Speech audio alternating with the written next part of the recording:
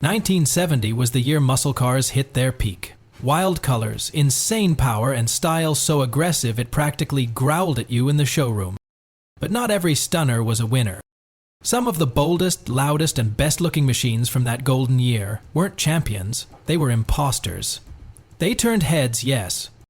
They graced posters and magazine covers, but when the light turned green, they choked. This isn't a list of slow cars, it's a list of heartbreaks, machines that should have dominated but crumbled under the weight of their own hype. These are the muscle cars that promised fire and delivered fumes, that looked ready to race but stalled at the line. And trust us, the deeper you go, the harder they fall. This is Top 5 Classic Cars, and these are the top 5 stunning 1970 muscle cars that completely failed. What makes a muscle car truly unforgettable? Is it the look, the legend, the roar? In 1970, some cars had all three, or so it seemed. Today, we're peeling back the paint to reveal the truth behind the muscle.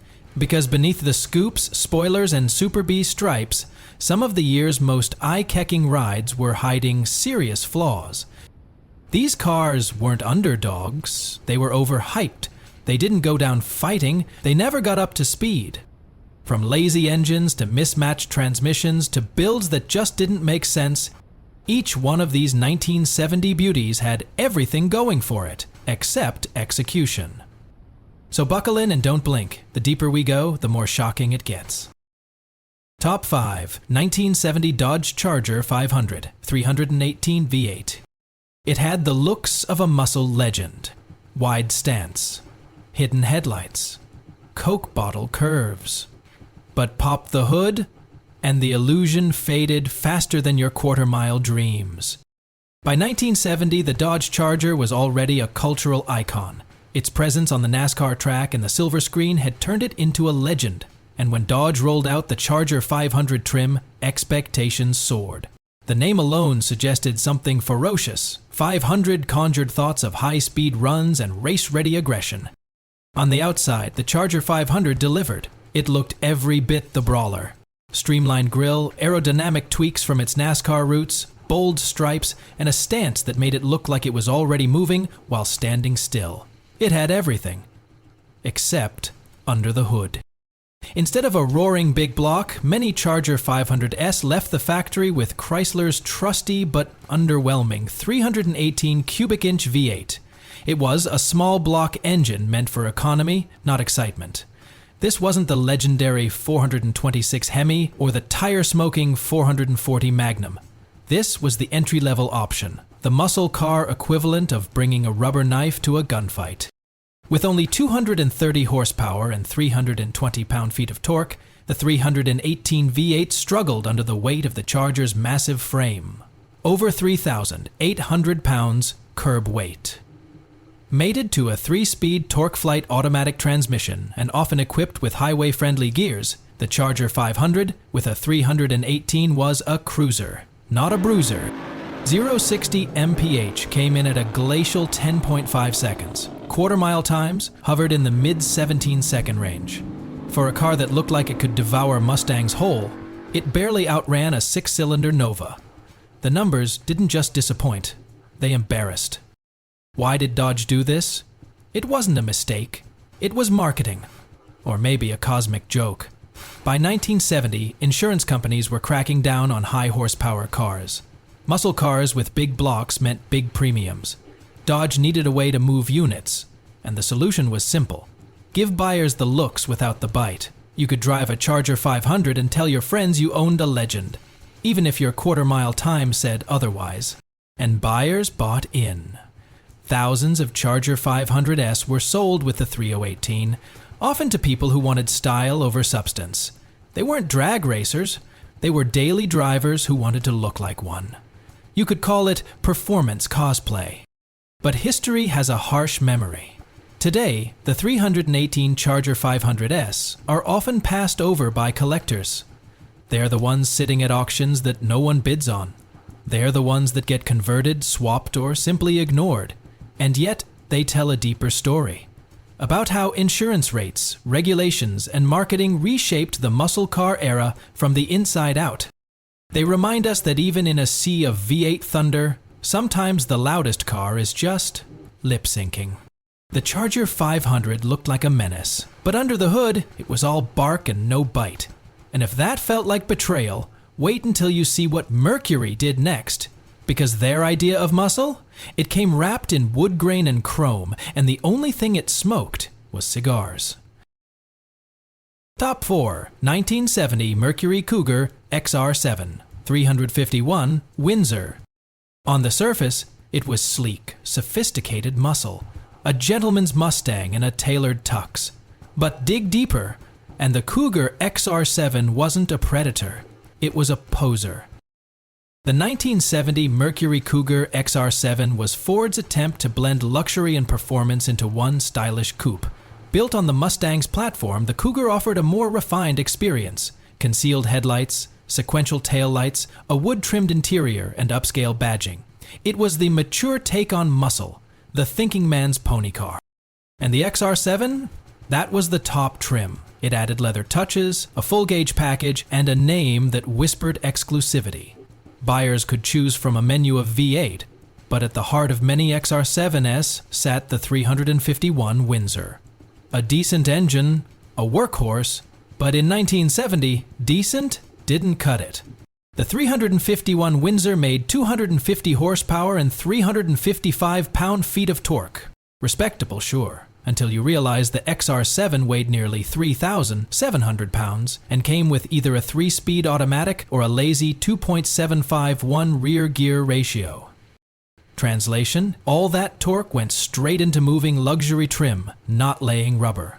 Performance testing from the era shows 0-60 mf in a sluggish 9.8 seconds. Quarter mile, an uninspired 17.2 seconds. That's not muscle, that's mid-sized sedan territory. And let's talk marketing. Mercury pitched the XR7 as a personal luxury car, one that could hang with GTOs and Roadrunners. But in truth, the Cougar was more Thunderbird than tire shredder. Buyers looking for performance walked away disappointed, and those looking for luxury found better value elsewhere. It's a shame, because the Cougar had potential. Drop in a 428 Cobra Jet, or even the Boss 302, and it could scream. But those builds were rare.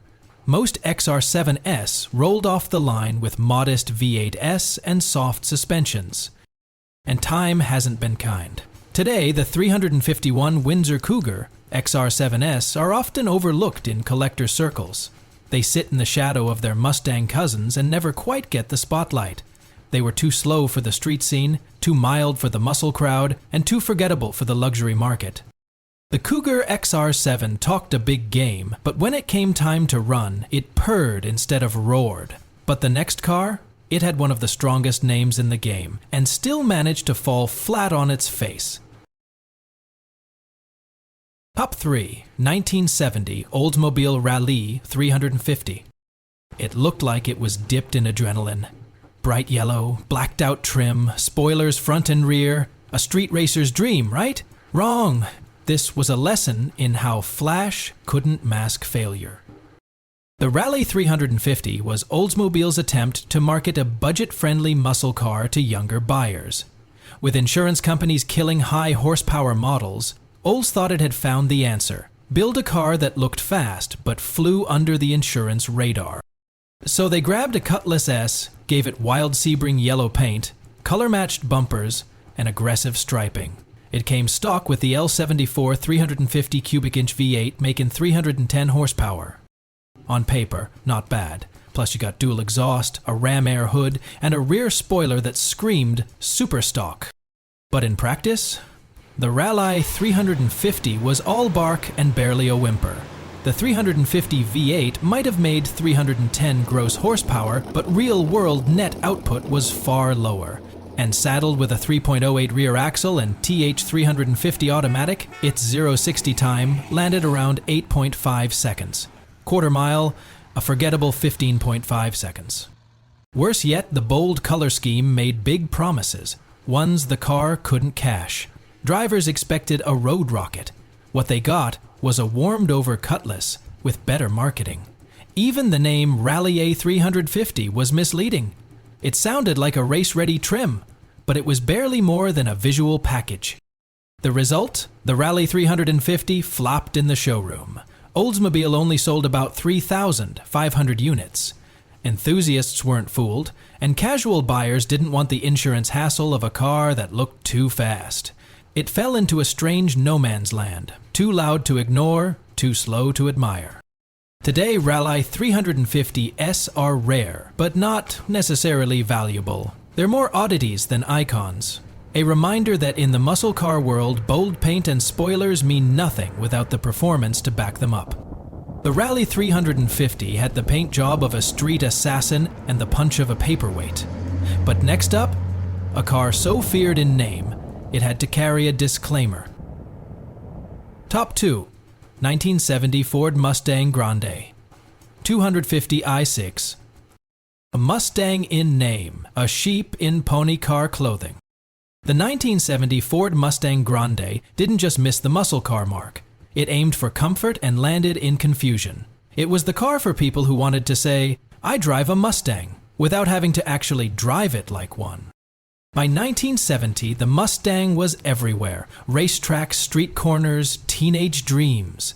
It had defined the pony car movement just 6 years earlier, and with each year, Ford expanded the lineup to appeal to more customers. The Grande was the answer for those who liked the idea of a Mustang, but didn't want the noise, the gas bill, or the rough ride. And on the surface, the Grande delivered. It featured a vinyl roof, chrome trim, extra insulation, and wood grain on the dash.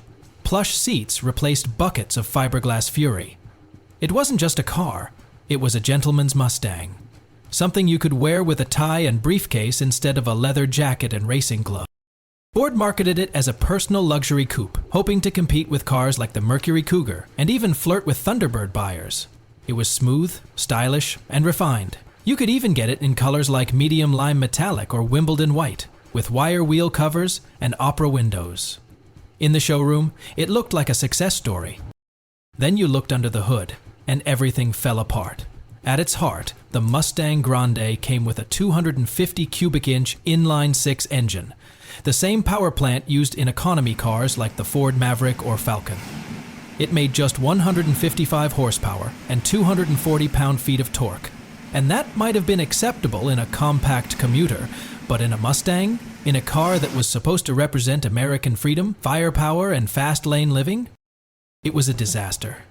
The Grande weighed over 3,200 pounds, and most models were saddled with a 3-speed automatic transmission. That combo meant 0 to 60 miles per hour took a teeth-grinding 13-plus seconds. Quarter-mile times hovered around 19.5 seconds.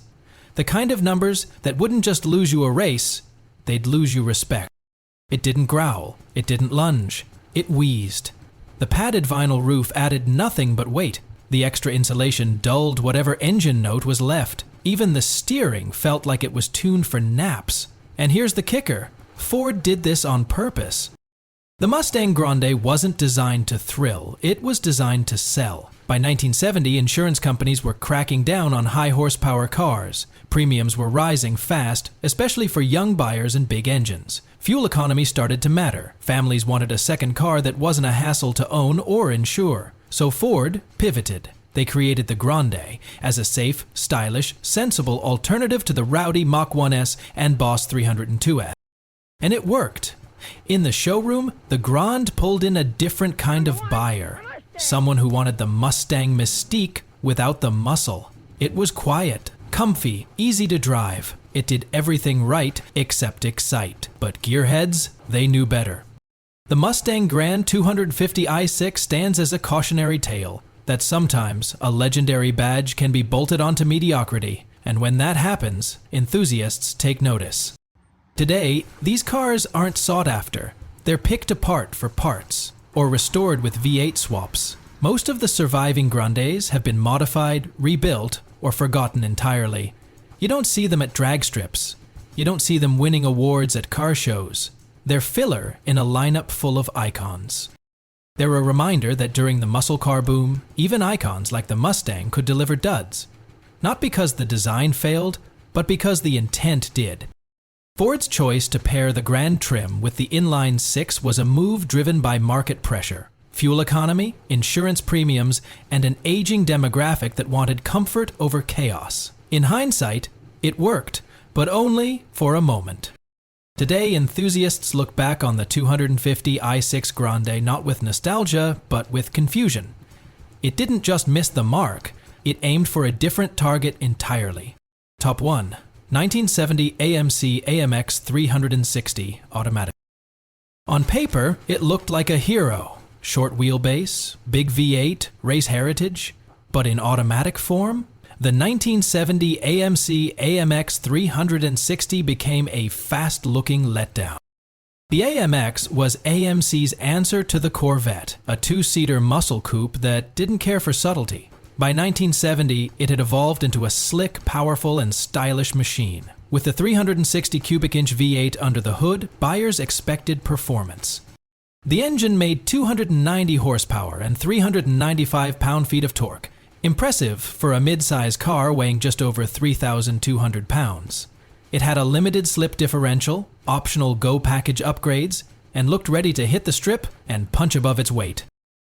The styling was crisp, the interior refined by AMC standards, and the car sat aggressively on Magnum 500 wheels. It was marketed as a muscle car with class, a gentleman bruiser that could supposedly hold its own against Mustangs and Camaros.